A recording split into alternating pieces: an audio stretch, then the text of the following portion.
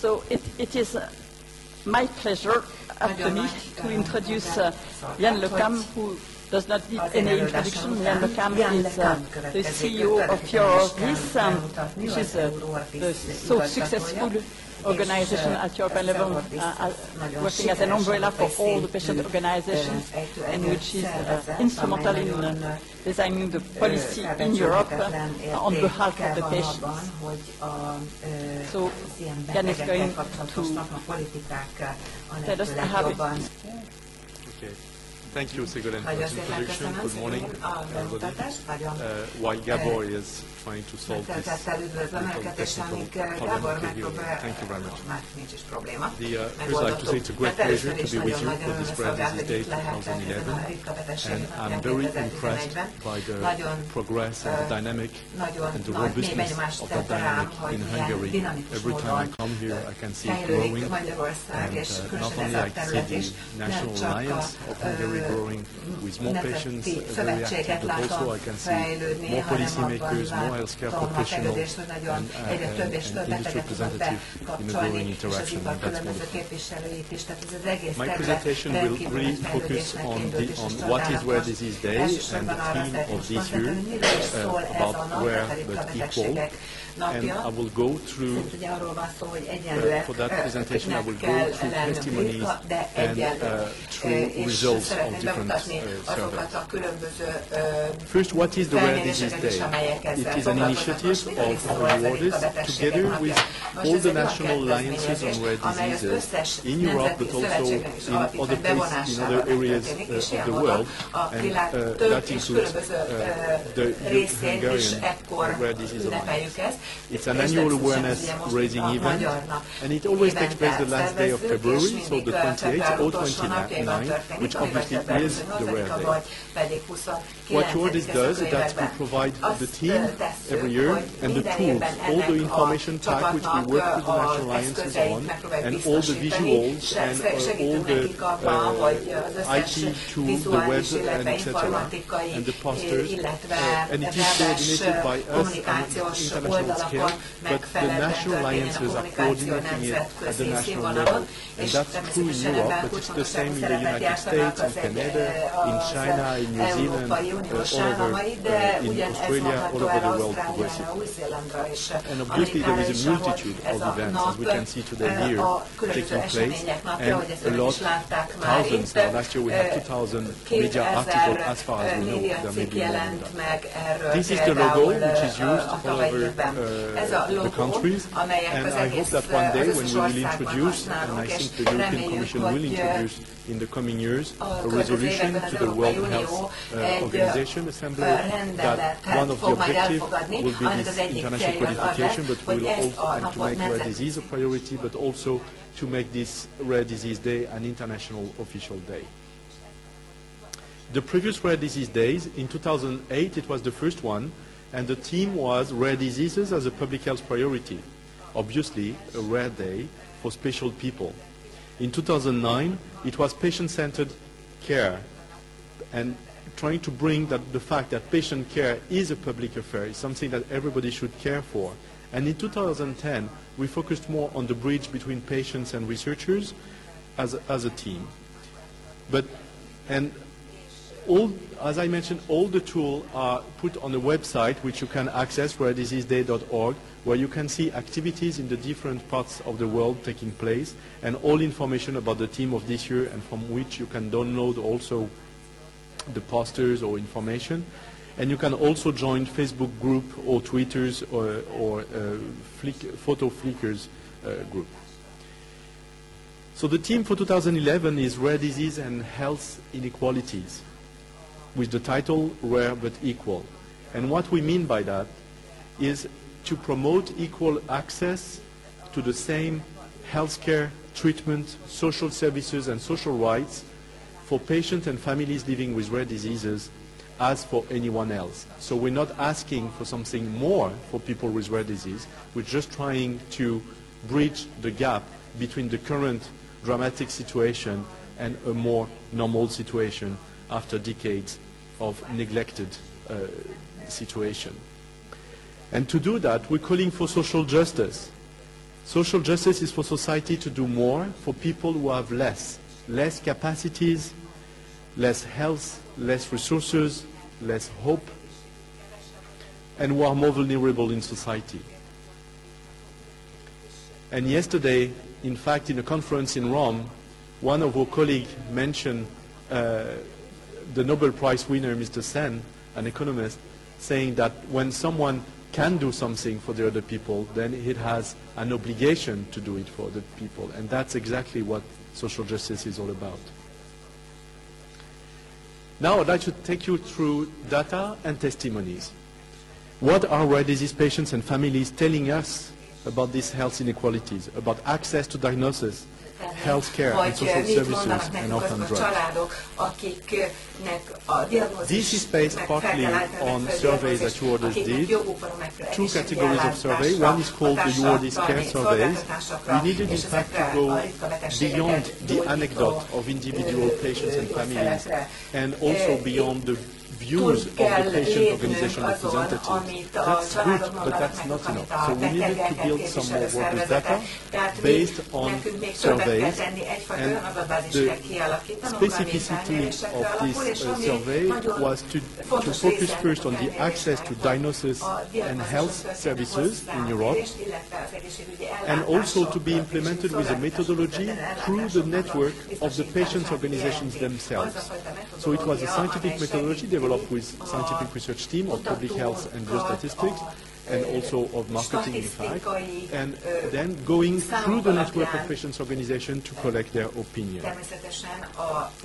The results of these surveys have been published in a book called The Voice of 12,000 Patients, which you can get from Gabor Pogani, from the Hungarian National Alliance, and that was launched on the Rare Disease Day 2009 by the Health Commissioner of Europe, Mrs. Vassiliou, at an event taking place at the European Commission. So the outcome of these studies, which are synthesized here, and you will have a presentation this afternoon about the results specifically for Hungary.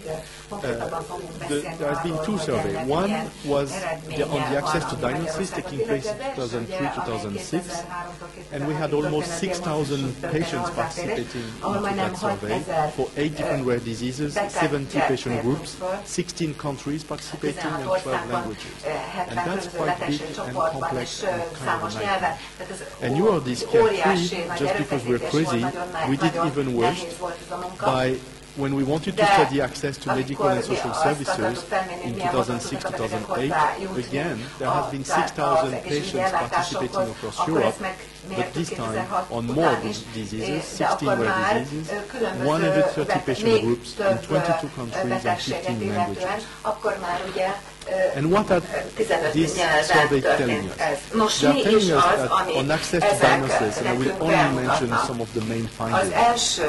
On access to diagnosis, 25% of patients reported waiting 5 to 30 years from the time of first symptoms to the confirmation of their diagnosis for their diseases. 40% of the patients of these 12,000 people, 40% of them have been misdiagnosed initially, leading to severe consequences such as inappropriate medical interventions, including sometimes surgery or psychological treatment. We have all of us examples of people who have gone through psychotherapy for years, saying you're just someone who has psychological problems. It was simply the daughter who was sick.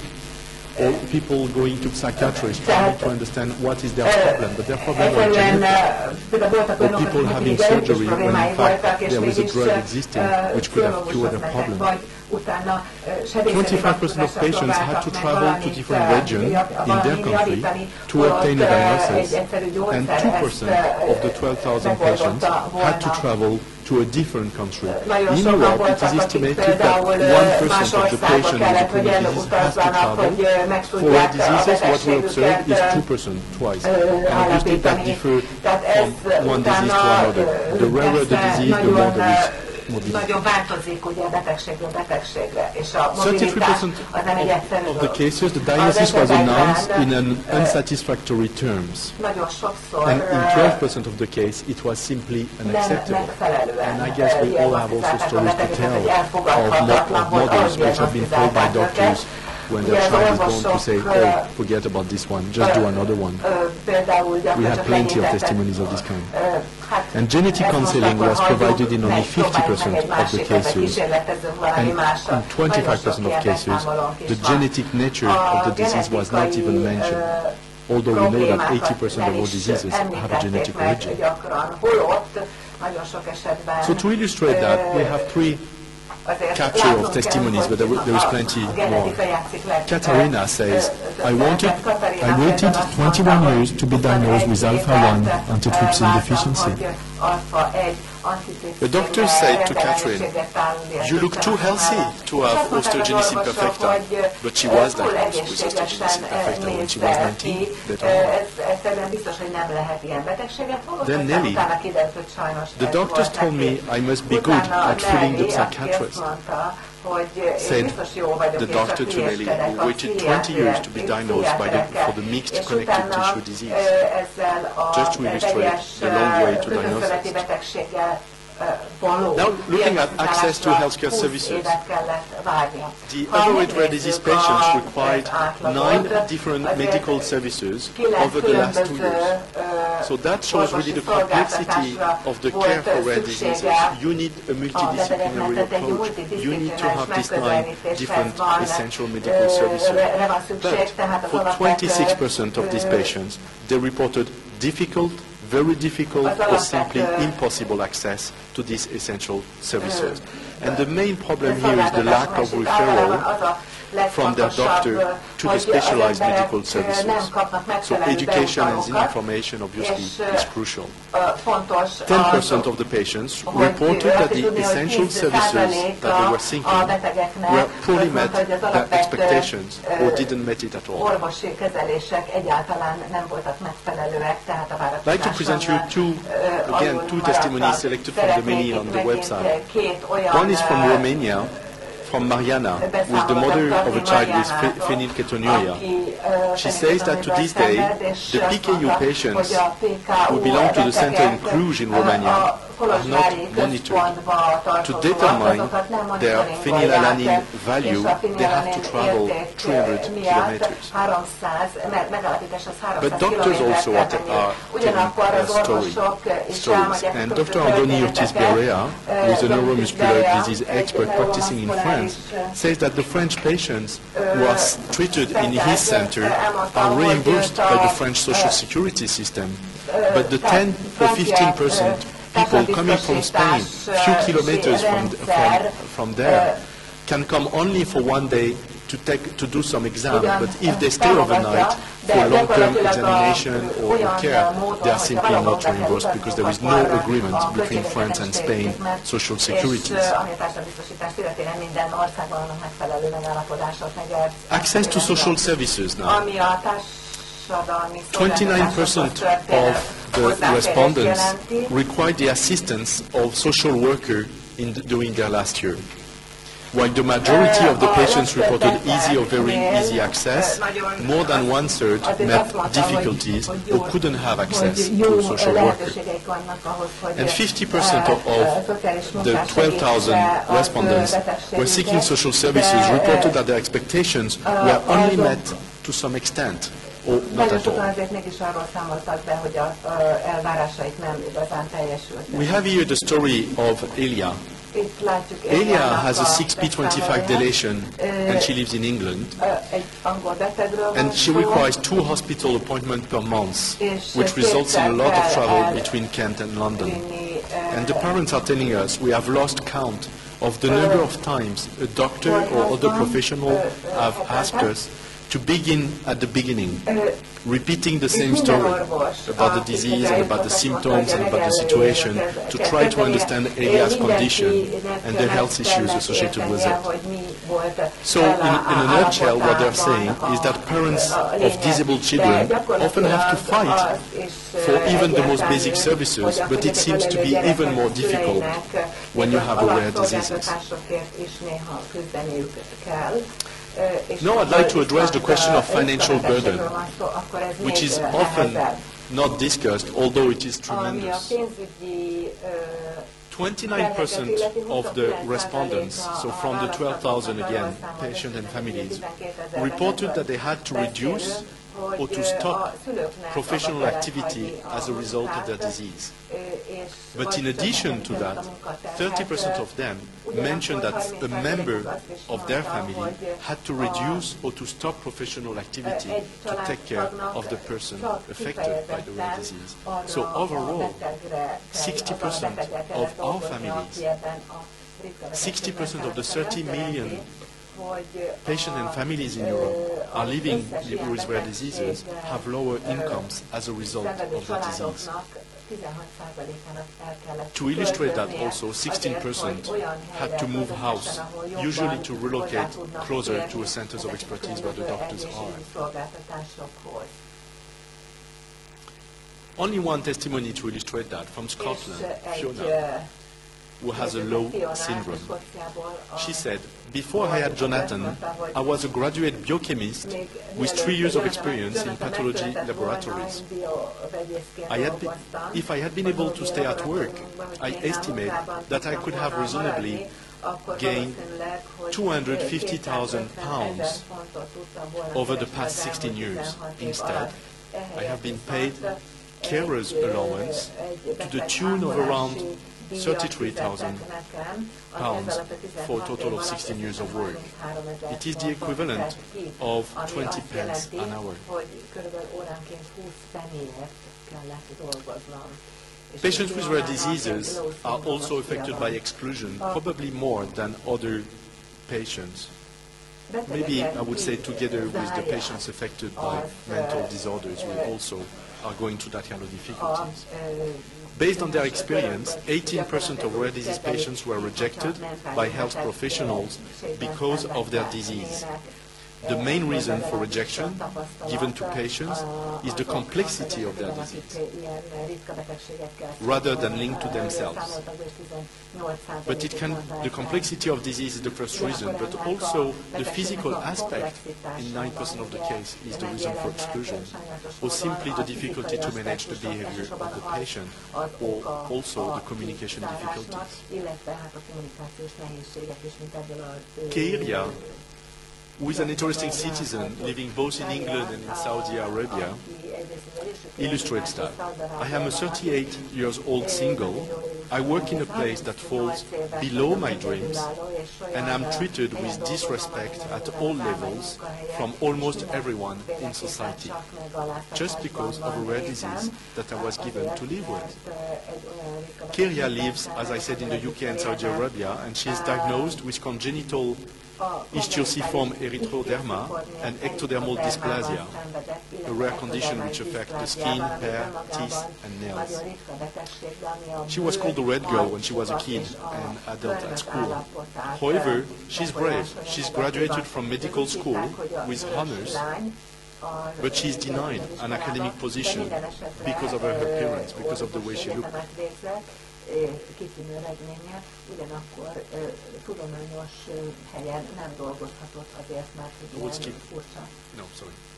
On social services, it's wrongly placed, this one. That to insist on the social services, that the patients in the survey show that they are very much dissatisfied with their current situation, because the more specific their needs, the less they are satisfied with the assistance they get. When you look at these results, you can see that in terms of information on social or legal or financial rights, the red portion over there, they are absolutely not satisfied, or they are poorly satisfied in the pink section. And regarding the assistance assistance for financial support like purchase of wheelchair, home adaptation, medical consultation abroad, and etc., the dissatisfaction grows, as you can see with the red and pink percentages here. To illustrate that, we could have taken an example from the current member states in the European Union. But I like particularly this one from Vitaly in Ukraine. Vitaly is engaged since 2008 in an administrative battles, and I can tell you he has a lot of energy and wills. And is engaged into lawsuits to obtain the reimbursement of an electric wheelchair for his daughter. And he wants to make it a symbol, not only obviously for him and his daughter, because he can afford, he's one of these people who can afford the wheelchair, but he wants everybody to be able to have these electric wheelchairs. And in Ukraine, that's something very difficult. Although his daughter has spinal muscular atrophy, he has won twice already in court against the Ministry of Social Affairs. And this ministry has appealed twice against him because they don't want to recognize this right. But he says, I will go as far as I can, and the law has to change. And maybe we will go to the European level, to the Court of Human Rights. My latest data are on access to orphan drugs. I will not go into too much details, but just to say that last year we performed our 5th survey of access to orphan drugs, and this time the way we did it is that we performed that survey through the national alliances who collected the data, and we provided the methodology and the analysis. And 10 national alliances participated in Europe, including Hungary, but also Belgium, Denmark, France, Greece, Italy, Netherlands, Romania, Spain, and Sweden. And we looked at the situation of 60 orphan drugs already approved. And when you take the potential patients to be treated by these 60 orphan drugs, it represents 2.2 million patients in Europe out of a population of 250 million EU citizens in these 10 countries. And we had a file on each of these drugs for each of the countries. So out of these 480 cards, we've been able to describe the real-life situation. And this is how it looks in terms of access and availability, is that you can see that there is major differences across Europe. The graphic speaks for itself. What is in green is where the patient can say that they have a full access to the medicine. When it is in black, it means that there is absolutely no access for them to this orphan drug. When it is in gray, is that they don't know. And in fact, not only the patient don't know, but the doctor don't know, and even sometimes the health authority don't know, because sometimes there is some imports by an hospital in one place but not in another one. So it's really a very poor access. That's what it means. And we can see that basically there is 3 categories. There is the categories of countries where there is a fairly good access to orphan drugs, the one where it is challenged, and Hungary is unfortunately one of them, and there is countries where the access is poor today. When you look by therapeutic area, like the metabolic diseases, where there is most orphan drugs have been developed, or in oncology also, where you have the vast majority of the orphan drugs being approved, and in the other areas, overall, when you look at this last column, you go from this population of over 2 million patients who potentially should have access to orphan drugs, because there are drugs that have been developed for them. Only 1.5 million have a full access to these drugs, and 200,000 have no access, and 500,000 have difficult access. So the way we can summarize this access to medicines in Europe today to orphan drugs is that for EU-authorized orphan drugs, for 1 out of 10 patients, it is officially unavailable to them. But if we take this grey area where it's difficult to have access or to know if it is accessible to the patients, it goes up to 30%, which means 1 out of 3 patients in Europe today. But there is a bad news. For some time, we believed from our previous surveys that the situation was difficult in the first 2 or 3 years of introduction on the medicine, but that after that, progressively, it will be introduced in the other markets. Now that we have 10 years of experience, and based on our different surveys, we can tell you that unfortunately that's not the case. After 2 years, there is no more introduction of the medicine on other markets. And the responsibility can be either on the member states or on the companies sometimes, who are not doing the efforts because the market is too small for them. But still, at the end, the patient is paying for it. And overall, we can say that the rarer the disease, the least the access to the orphan drugs. And the smaller the countries, the more neglected the patients are. But the good news is that the better the national health care is organized for rare diseases in the country, and the better is the access. And the more the expertise is available and organized across Europe, the better the access.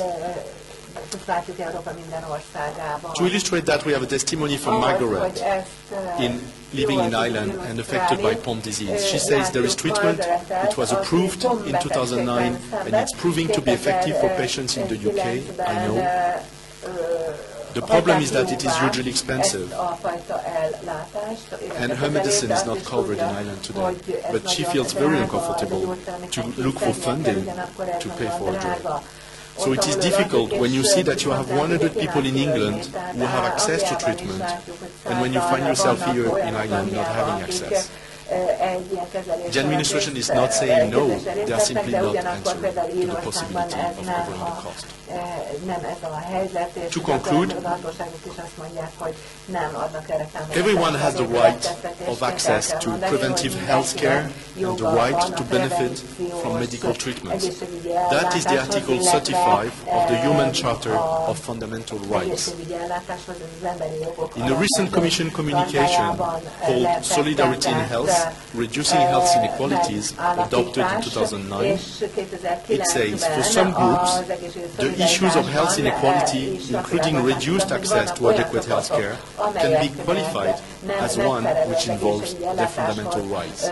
So here our battle is clearly concrete results to improve access to diagnosis, to care, to social services and orphan drugs. But the bottom line is that we are fighting for an issue of fundamental rights of citizens toward an equal access. Thank you very much, and I'd like to acknowledge our funders for these different activities. Thank you very much.